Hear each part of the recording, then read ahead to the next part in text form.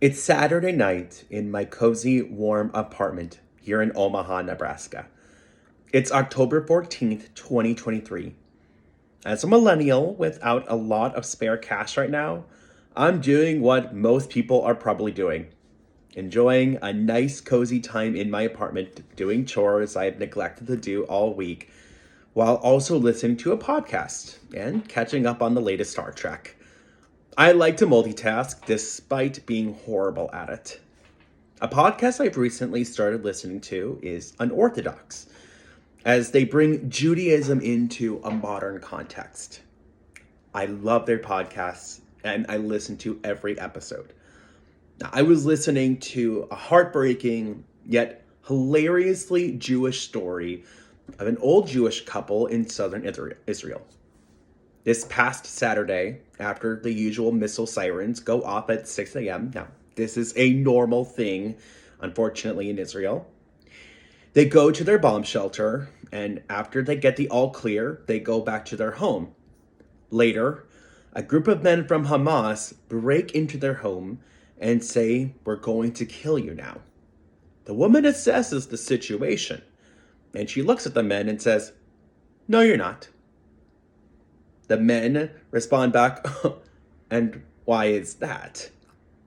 "Because you must be starving. Here, let me fix you something." She proceeds in the most Jewish way possible to make them food, and they swap stories. Later, the Israeli police come in and they kill the Hamas terrorists.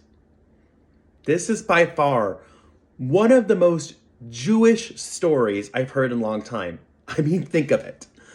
A woman who literally has terrorists in her house who want to kill her, and she offers them food.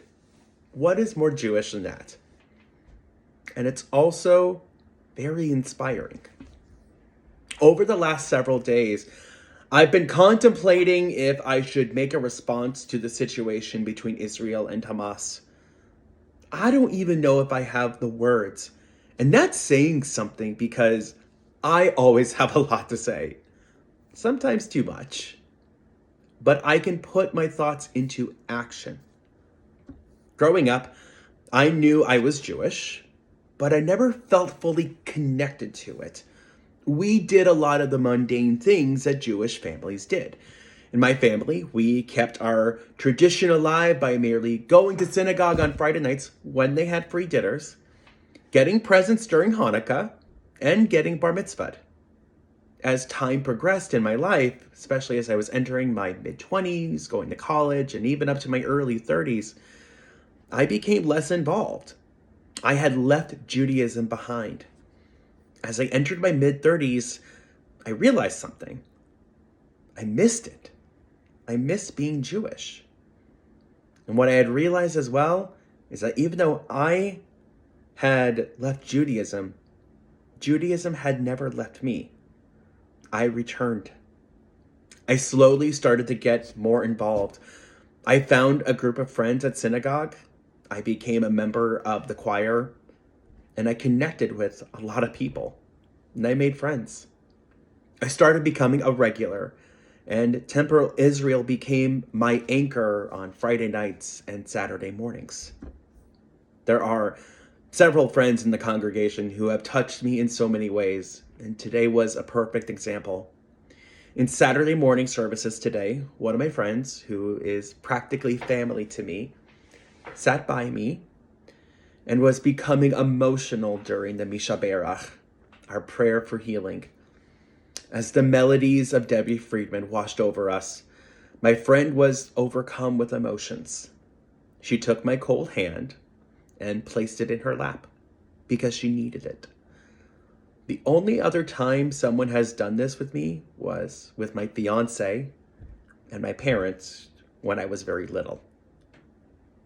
I felt needed, loved, and wanting to give love back.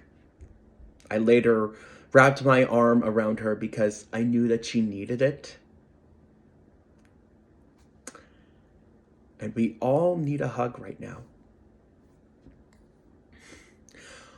All week, I have been learning about the war between Israel and Hamas, what happened, how it happened, what's happening next.